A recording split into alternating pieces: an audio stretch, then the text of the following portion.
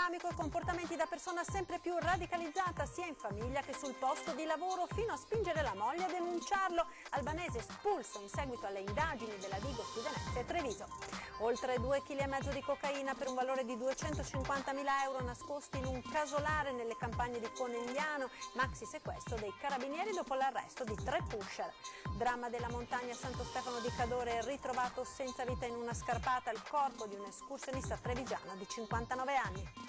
L'appello del figlio di Marilena Corrò per il ritorno del corpo della madre in Italia ha smosso il mondo della politica e delle istituzioni, a cominciare dal governatore Zaia.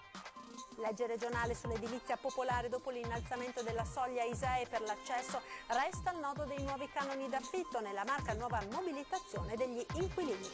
La solidarietà trevigiana è arrivata nell'isola di Pellestrina, martoriata dal maltempo. I tassisti di Treviso e Castelfranco hanno partecipato ad acquistare frigoriferi e lavatrici per i residenti. Accensione oggi pomeriggio in piazza San Pietro dell'albero di Natale arrivato dall'altopiano di Asiago, in aula Paolo VI il presepe di Parè di Conegliano. Il Papa ricorda la devastazione della tempesta Vaia. Ben ritrovati con l'edizione di Treviso dei nostri TG.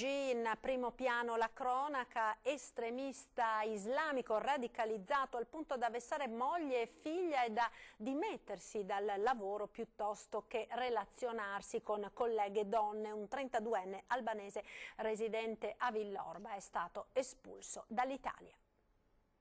Si era fatto crescere la barba ed indossava abiti tradizionali, ma il cambiamento che negli ultimi 2 anni aveva caratterizzato un 32enne albanese residente a Villorba era anche caratteriale e comportamentale sia in famiglia che sul posto di lavoro. A casa l'uomo aveva cominciato a maltrattare la moglie e la figlia, costringendo la donna a frequentare la moschea e ad indossare solo abiti da lui ritenuti adeguati alla religione islamica. I frequenti litigi tra coniugi erano sfociati anche in scenate del marito davanti al luogo di lavoro della donna, comportamenti che avevano portato anche all'emissione da parte del Tribunale di Treviso di un'ordinanza di custodia cautelare per atti persecutori, cui seguì una sentenza di condanna, e proprio questo ha fatto sì che il questore di Treviso abbia disposto la revoca del permesso di soggiorno e la conseguente espulsione dall'Italia del 32enne. La fattispecie che è stata autorizzata per disporre la revoca del permesso di soggiorno, che è il provvedimento che è stato adottato, è appunto quello degli atti persecutori nei confronti della moglie e della figlia.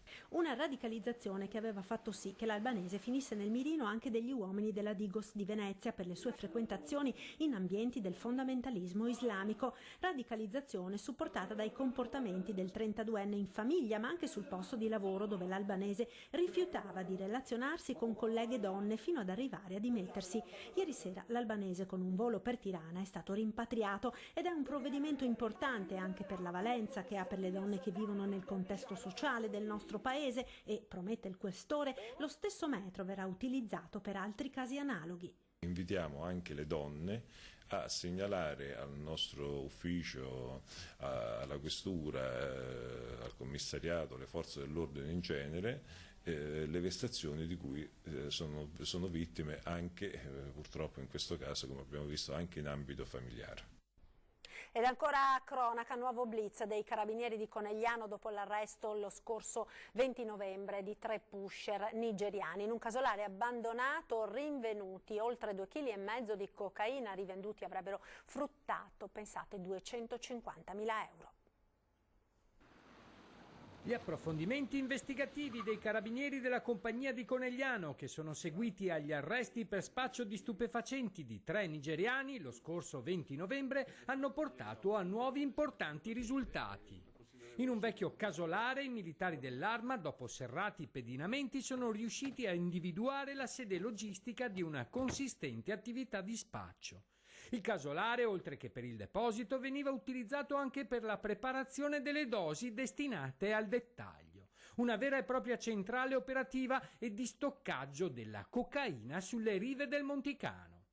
Gli uomini diretti dal maggiore Fabio Di Rezze, sotto la direzione della Procura di Treviso, nella serata di ieri hanno rinvenuto in un casolare nelle campagne del Coneglianese, che era nella disponibilità di uno dei 3 arrestati, ben 2,6 kg di cocaina che, smerciata al dettaglio, poteva fruttare oltre 250.000 euro. Numeri che dimostrano l'importanza del giro d'affari raggiunto dalla piazza di spaccio stroncata dal blitz dell'Arma.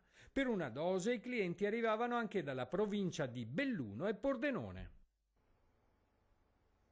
È stato ritrovato senza vita nella notte l'escursionista trevigiano vittima di un incidente in montagna a Santo Stefano di Cadore. La tragedia si è consumata ieri e solo stanotte attorno all'1:30 il corpo di Claudio Zordan è stato ritrovato in fondo ad una scarpata. L'uomo, 59 anni, originario di Castelgomberto in provincia di Vicenza e residente a Casale sul Sile, era uscito ieri mattina per una passeggiata in solitaria lungo il sentiero di Rio del Cornon che conduce a Santo Stefano di Cadore. Stava camminando verso il bivacco Caimi quando è scivolato su una lastra di ghiaccio, precipitando per oltre 40 metri. Claudio Zordan, ex maresciallo dei Carabinieri in pensione, aveva prestato servizio a Villa Margherita Treviso. Lascia 2 figli, comprensibilmente sconvolti dalla sua tragica e improvvisa scomparsa, un dolore che va a sommarsi alla morte della madre. Con l'arrivo della pensione, l'ex maresciallo aveva potuto dedicarsi a tempo pieno alla sua passione per la montagna. Era stato anche capoclan del gruppo scout Meolo 1, dove era molto apprezzato per la sua serietà e competenza. Non era uno sprovveduto e non ha preso alla leggera quello che stava facendo.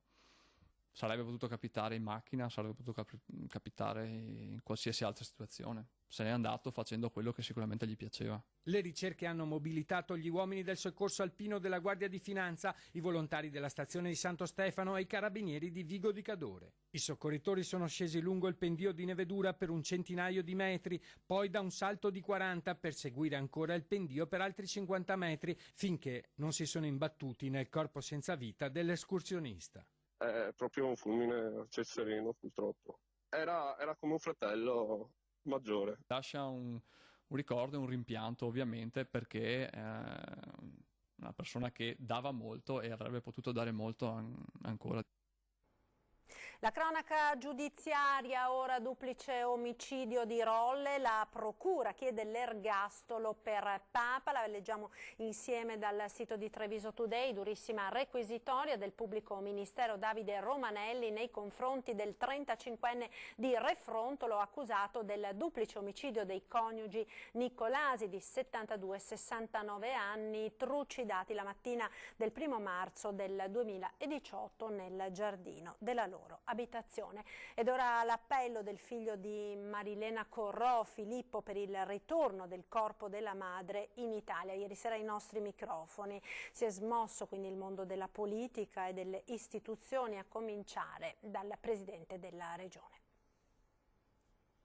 La mia priorità adesso è portare a casa la mamma ed è straordinario l'appoggio dei trevigiani che adesso ci stanno dando, quindi grazie. Grazie, lei non deve stare là, è il nostro sangue e lei torna. Non è passato inosservato l'appello di Filippo, il figlio maggiore di Marilena Corrò, morta a Capoverde la scorsa settimana, per portare il corpo della madre a casa prima di Natale, superando burocrazia e costi. Poche parole quelle di Filippo, che però hanno smosso molte coscienze, come dimostra il balzo in avanti fatto dalla colletta promossa online da un ex compagno di rugby del ragazzo, quasi 5.000 euro la cifra raggiunta. Colletta che in queste ore è stata condivisa su Facebook dal governatore Luca Zaia, che ha mandato anche un abbraccio virtuale ai figli di Marilena, a Filippo e alla sorella non ancora maggiorenne, mentre i 2 fermati, Gianfranco Coppola e Pierangelo Zigliani, restano in carcere sull'isola di Boa Vista accusati dell'omicidio, si attendono le prove del DNA. A muoversi per il rientro della salma anche il comune di Treviso, in costante contatto con la Farnesina direttamente coinvolta nell'operazione. Facciamo un passo alla volta, adesso lasciamo intervenire il Ministero e noi siamo in contatto con tutti, con chi di dovere, le diverse istituzioni, per capire quando e come eventualmente il comune può intervenire con le sue competenze. Prosegue la mobilitazione degli inquilini Ater del Trevigiano dopo la partita vinta sulle nuove soglie ISAE. Sono giorni decisivi in regione per la riformulazione dei canoni d'affitto. Risolta la questione delle soglie ISEE, che va a scongiurare buona parte degli sfratti inizialmente previsti, resta il nodo dei canoni di affitto. Non c'è pace per gli inquilini Ater trevigiani che, portata a casa la prima battaglia, adesso chiedono maggiore equità. La Regione proprio in queste ore ha trasmesso il testo contenente il nuovo algoritmo di calcolo in seconda commissione consiliare a Venezia, dove il 12 dicembre prossimo si terrà anche un'audizione con i soggetti interessati, sindacati in primis. Proprio per questo lo SPCGL annuncia nuovi sit-in e mobilitazioni a Treviso, il 10 dicembre a Porta San Tommaso, il 12 in Piazza dei Signori. Invitiamo i pensionati, gli inquilini a essere presenti, perché dobbiamo continuare a manifestare le preoccupazioni finché non c'è una soluzione definitiva, che deve arrivare il prima possibile, anche perché molte famiglie non ce la fanno più a pagare gli aumenti che sono stati definiti. E la questione riguarda anche i conguagli. In questi mesi, in attesa dei nuovi provvedimenti, molti inquilini, secondo i sindacati, hanno pagato più del dovuto. Altro capitolo, la manutenzione straordinaria e la disponibilità di alloggi. La casa è un diritto costituzionale ed è quindi un danno pubblico tenere delle case chiuse, non manutenute e non dare risposta alle tantissime famiglie che invece hanno necessità di un alloggio. E a guardare con apprensione ai nuovi provvedimenti sono gli inquilini. Sicuramente non si dorme di notte, no? Come voglio dire, insomma, speriamo che facciano qualche cosa di buono, che mettano a posto le cose. Non fare i conti così, tanto per farli, come hanno fatto fino adesso. È quello. Io mi aspetto un po' di equità. La solidarietà trevigiana è arrivata sull'isola di Pellestrina, martoriata dal maltempo. I tassisti di Treviso e Castelfranco hanno partecipato con i colleghi di Venezia ad una bella iniziativa. Sentiamo. Sono arrivati puntuali anche stavolta, ma l'appuntamento non era con un viaggiatore in ritardo, bensì con la solidarietà. Accanto ai colleghi veneziani, i tassisti di Treviso e Castelfranco hanno partecipato a una vera e propria gara di solidarietà a favore dell'isola di Pellestrina, epicentro dell'apocalisse di metà novembre, acquistando frigoriferi e lavatrici. Una solidarietà concreta, così come immediato è stato il passaparola. Ci sono stati due ragazzi di Pellestrina, tramite i tassisti di Venezia, che hanno indicato le persone bisognose e insieme abbiamo acquistato gli elettrodomestici e siamo andati a portarli a casa direttamente, porta a porta. Una consegna resa possibile anche grazie al ferryboat messo a disposizione dalla CTV di Venezia, come mezzi di trasporto gli stessi taxi che allineati hanno raggiunto Pellestrina, una catena umana e professionale già vista all'opera l'anno scorso per il bellunese colpito da Vaia, e sull'isola veneziana i tassisti trevigiani non hanno lasciato solo frigoriferi e lavatrici, ma pure il cuore. È stata un'emozione perché abbiamo visto veramente cosa è accaduto e c'è stata una devastazione. Le persone lì hanno bisogno di tutti gli aiuti possibili e per quanto poco invito tutti i trevigiani ad aiutarli con un piccolo gesto. La situazione del Medio e Basso Piave, anche a seguito del maltempo di novembre, sarà oggetto di una riunione convocata dal prefetto di Venezia, a cui sono stati invitati a partecipare tutti i sindaci dei comuni rivieraschi, il prefetto di Treviso e la regione con il governatore Zaia. L'appuntamento è per lunedì prossimo, 9 dicembre. Sul tavolo di quelli che si preannunciano come gli stati generali del Piave ci saranno gli interventi per la messa in sicurezza dei territori, in particolare con la realizzazione di un nuovo bacino di laminazione. Soddisfazione per la convocazione del tavolo arriva dall'assessore regionale Bottaccin, convinto che occorra procedere quanto prima. Ed ora ci fermiamo per qualche istante di pubblicità, linea alla regia, poi ritorniamo in diretta da Treviso. A tra poco.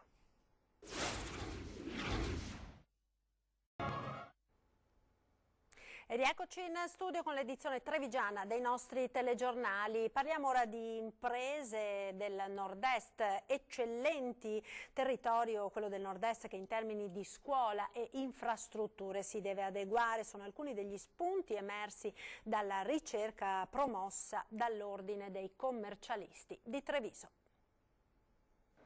I bilanci di oltre 10.000 società di capitali nella Marca e più di 85.000 nell'intero Triveneto, esaminati per stabilire quali siano le aziende più dinamiche. e se questo territorio possa vantare ancora eccellenze tra le imprese. La risposta, che viene dalla ricerca promossa dall'Ordine dei commercialisti di Treviso, che ha coinvolto altri 12 ordini provinciali tra Friuli e Trentino, è senz'altro affermativa, come è emerso nell'edizione 2019 del Simposium che si è svolta a Roncade.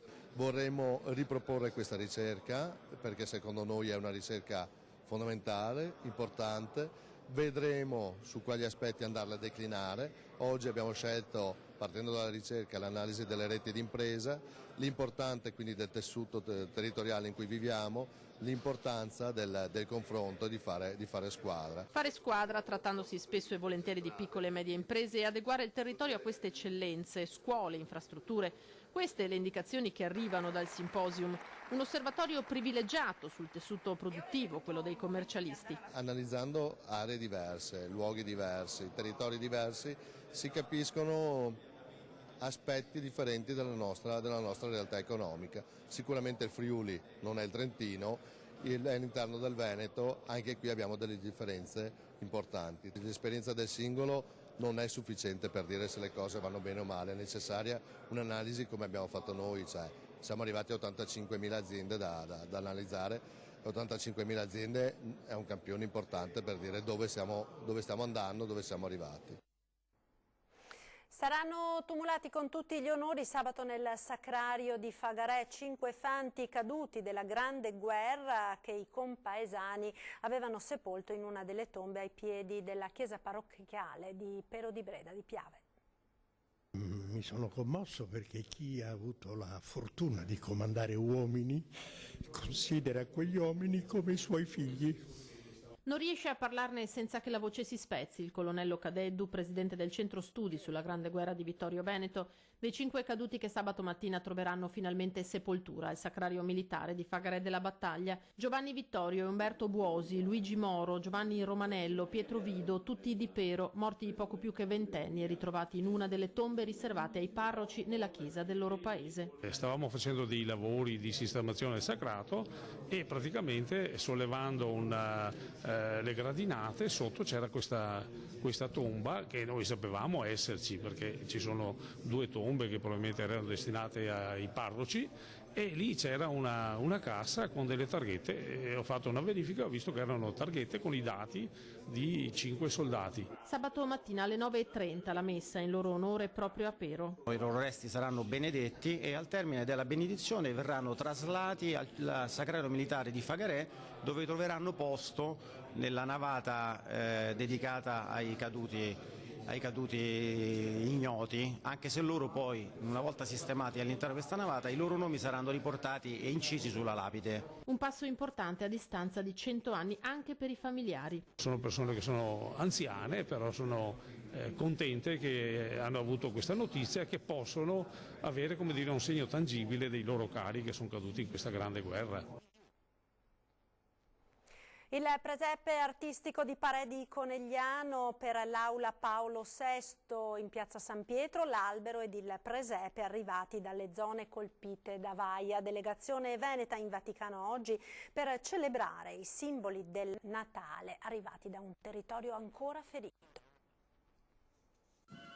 La tempesta che ha colpito il Triveneto è un segnale d'allarme che il creato ci manda. Le parole di Papa Francesco nell'accogliere le delegazioni di Veneto e Trentino Alto Adige che hanno donato quest'anno l'albero e il presepe di piazza San Pietro, legati insieme dal comune ricordo della tempesta dell'autunno scorso che devastò molte zone del Triveneto, ha detto il pontefice. Nel pomeriggio in piazza il presepe degli artigiani di Scurelle in Trentino e l'accensione dell'abete proveniente da Rozzo sull'altopiano di Asiago, entrambi accomunati dalla devastazione di quella notte di un anno fa. Questa mattina il Santo Padre diceva che l'albero è il segno della rinascita, per noi lo è veramente il segno della rinascita. Un albero di 26 metri.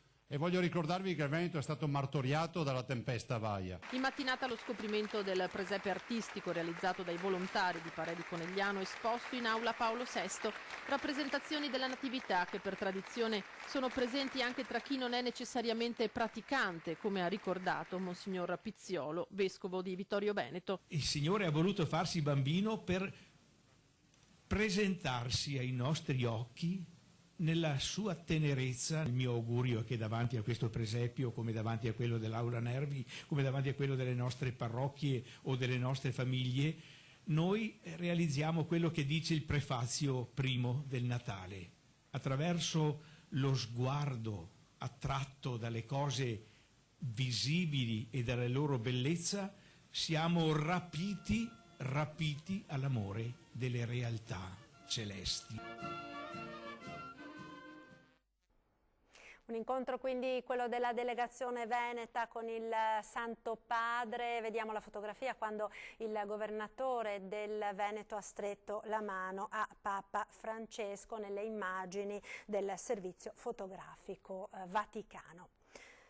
Torniamo ora alla nostra programmazione, perché domani andrà in onda una nuova puntata di 40, il programma che ormai da quasi un anno ripropone le immagini storiche del nostro archivio. Vediamo un'anticipazione. Sanità, politica e buona cucina di scena nella nuova puntata di 40, il programma che ripropone la marca trevigiana nelle immagini dell'archivio storico di Antena 3. Ecco un giovane Domenico Stellini, già direttore generale del Cafoncello e successivamente dell'allora ULSS 10, che racconterà la responsabilità per aver autorizzato il primo espianto di cuore in Italia, ma anche l'eccellenza del pronto soccorso di Treviso, con la prima applicazione in tutto il territorio nazionale dei codici d'urgenza. Analizzando quando sia difficile ora guidare una ULSS unificata come l'attuale. Poi sarà la volta della politica trevigiana, con la differenza tra gli schieramenti di oggi e il pentapartito di ieri, con la presenza dei piccoli schieramenti, ma di grande importanza, come i repubblicani negli anni '80, fondamentali per le scelte istituzionali. Infine vedremo un Celestato non giovanissimo e non ancora ambasciatore della cucina trevigiana nel mondo, e con lui Beppi Maffioli, che ha contribuito a renderla tra le più apprezzate in ogni continente. E sentiremo i consigli, soprattutto ai giovani, per cogliere le occasioni turistiche delle Olimpiadi di Cortina e soprattutto delle colline UNESCO. Appuntamento alle 21:15 con Antena 3 per scoprire o riscoprire il passato per progettare il futuro. Ed ora spazio alle notizie da Belluno e provincia.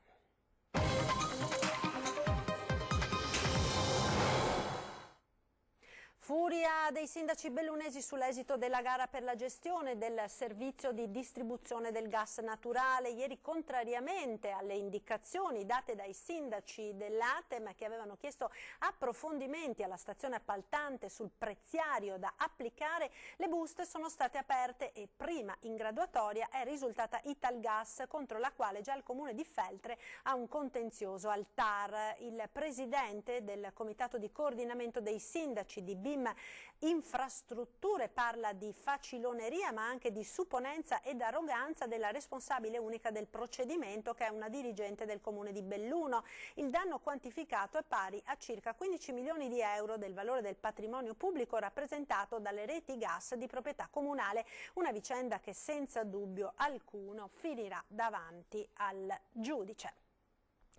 Alvaro Dal Farra, pluricampione di freestyle, e i suoi piloti del team Dabut domani saranno nelle corsie delle pediatrie dell'ospedale di Conegliano e poi alla Nostra Famiglia, dove ad attenderli ci saranno 150 piccoli pazienti. Chiudete gli occhi e immaginate le corsie di un reparto pediatrico d'ospedale trasformato in pista da motocross. Cosa può accadere è difficile da spiegare a parole. Ad Alvaro Dal Farra, pluricampione bellunese di freestyle, che della mototerapia con il collega Vanni Oddera è stato ispiratore e promotore, luccicano gli occhi. La cosa che a me colpisce molto e che piace molto è proprio che vedo questi bambini che riprendono colore. Le loro facce, i loro corpi, esausti dalle cure mediche che stanno subendo, la nostra moto, la nostra energia li rifà rivivere, li fa ritornare umani, li fa ritornare bambini. Venerdì la mototerapia, oramai da una decina d'anni presente nelle piazze e nei presidi oncologici pediatrici di tutta Italia, arriverà a Conegliano con un doppio appuntamento, il primo nel nosocomio cittadino, il secondo nella casa di cura La Nostra Famiglia, dove ad attendere Alvaro e i piloti del team Dabut ci saranno 150 bambini. Gli effetti benefici sono sotto gli occhi dei medici e delle famiglie, che richiedono di poter donare ai loro piccoli qualche ora di serenità a costo zero. La mototerapia ormai da 10 anni ha ormai spaziato ovunque, perché oltre che in tutta Italia siamo arrivati a Sud America, Centro America, Russia, tutta l'Europa. I volti sorridenti dei piccoli pazienti ripagano gli sforzi e l'impegno di un team che è il secondo più importante al mondo. Piloti abituati a saltare fino al cielo e che il cielo fanno toccare con un dito, con un cuore immenso così, entusiasmo e gioia di vivere. E a Belluno è stato presentato il primo rapporto sul lavoro, competenze e territorio, un'indagine per comprendere i bisogni del mondo delle imprese. È desolante l'istantanea che emerge dalla ricerca promossa da Confindustria Belluno Dolomiti assieme alla provincia sulla necessità delle imprese, il quadro di una mancanza pressoché totale di competenze sia nella fascia medio-alta che in quella delle figure professionali tecniche. Sul banco degli imputati c'è una scuola disallineata, più teorica che pratica, che fa fatica pure a trovare alunni in una provincia votata inesorabilmente al declino demografico. Dobbiamo intervenire, lo stiamo facendo con il Digital Innovation Hub, che è stato collocato proprio dentro una scuola, l'Istituto Tecnico Negrelli. L'altra iniziativa è quello dell'ITS, che è un percorso di studi post diploma che mira proprio a formare i ragazzi dal punto di vista tecnico, allineandole con le esigenze sempre in mutamento delle imprese. Il primo rapporto ADAPT su lavoro, competenze e territorio nella provincia di Belluno è il frutto delle risposte a un questionario somministrato fra aprile e agosto scorsi a un campione rappresentativo delle imprese manifatturiere bellunesi. C'è una grande domanda di figure sia medie, quindi figure tecniche, e figure di manutentori, di addetti specialistici, operai specializzati all'interno di diversi settori, sia una domanda di figure elevate, quindi manager, dirigenti e ingegneri che possano in qualche modo governare i processi. La sua azienda ha partecipato a questa ricerca. Voi quali sono le professionalità che cercate e che vi mancano perciò? Sicuramente tecnici evoluti, quindi persone che fanno un percorso tecnico e che poi devono completare la loro formazione. Da oggi a chi vuole aspirare a posizioni importanti a livello delle aziende, quindi anche più piacevoli dal punto di vista lavorativo e che danno più soddisfazione, devono capire cosa vogliono le aziende. La ricerca ha posto le basi per la creazione, primo in Italia, di un osservatorio strutturale sulle competenze per aiutare scuole e imprese nell'aggiornamento dei lavoratori e per il territorio per riorientare la formazione. Torna tra poco 20:10, questa sera in studio con il nostro direttore Luigi Baccialli si parlerà di infrastrutture assieme al presidente nazionale di ANAS e alla presidente di CAV. Ed è tutto, grazie per essere stati con noi, vi lascio come sempre alle previsioni del tempo. Arrivederci.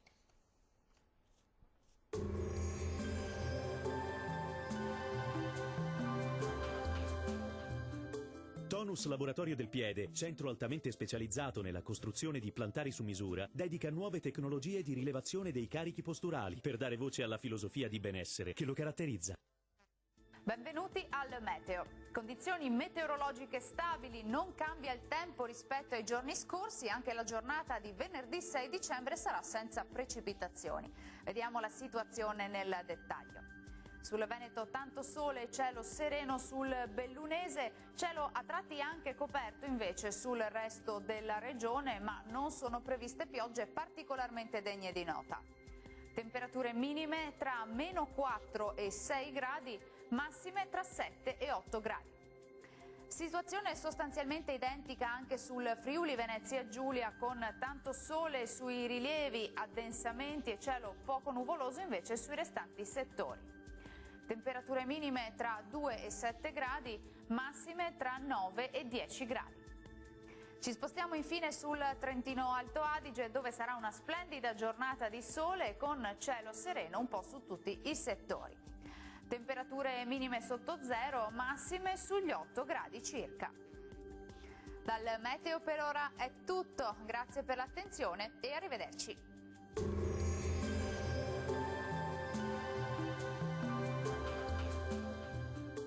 Tonus è il miglior negozio di calzature moda comoda. Qui troverete il più vasto assortimento di calzature Fratelli Tomasi, eleganza e comodità, perché camminare è vivere.